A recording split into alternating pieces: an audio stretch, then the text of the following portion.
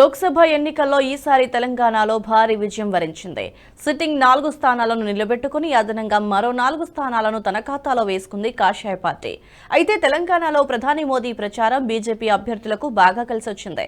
తెలంగాణలో 8 లోక్సభ స్థానాల్లో ప్రధాని మోదీ ప్రచారం చేపట్టారు. అందులో అన్ని పార్లమెంట్ సెగ్మెంట్లలో బీజేపీ విజయాన్ని సాధించింది. ఆదిలాబాద్, మెదక్, సికింద్రాబాద్, మల్కాజ్గిరి, నిజామాబాద్, కరీంనగర్, మహబూబ్ నగర్ లో కమలం పార్టీ విజయదుందుబి మోగించింది. మోదీ ప్రచారం చేపట్టిన జహీరాబాద్, నాగర్ కర్నూల్, వరంగల్, హైదరాబాద్ లోక్సభ స్థానాల్లో బీజేపీ గెలవలేకపోయింది.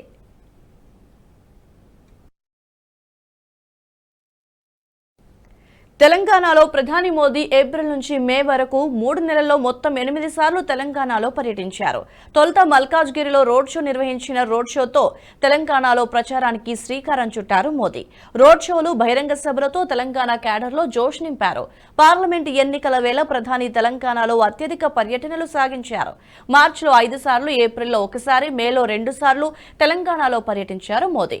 మార్చి 4న ఆదిలాబాద్ లో పలు అభివృద్ధి కార్యక్రమాలతో పాటు భారీ బహిరంగ సభలో పాల్గొన్నారు. మార్చి 5న సికింద్రాబాద్ మహంకాళి అమ్మవారిని దర్శించుకుని సంగారెడ్డికి వెళ్లారు.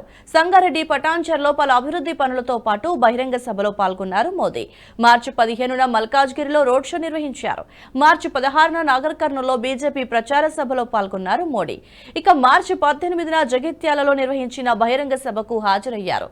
ఏప్రిల్ 30న జహీరాబాద్, ఆందోళనలో, మే 8న వేములవాడ, వరంగల్ ప్రచార సభల్లో మోదీ పాల్గొన్నారు. మే 10న మహబూబ్ నగర్ పార్లమెంటు పరిధిలోని నారాయణపేటలో బహిరంగ సభ నిర్వహించారు. అనంతరం హైదరాబాద్ పార్లమెంటు పరిధి ఎల్బీ స్టేడియంలో నిర్వహించిన సభతో ప్రచారానికి ఫినిషింగ్ టచ్ ఇచ్చారు మోదీ. ఇక మొత్తానికి ప్రధాని మోదీ రాకతో క్యాడర్ ఫుల్ జోష్లు నింపింది. అయితే ఇదే జోష్ అభ్యర్థుల గెలుపునకు కారణమైందని పార్టీ వర్గాలు అనుకుంటున్నాయి.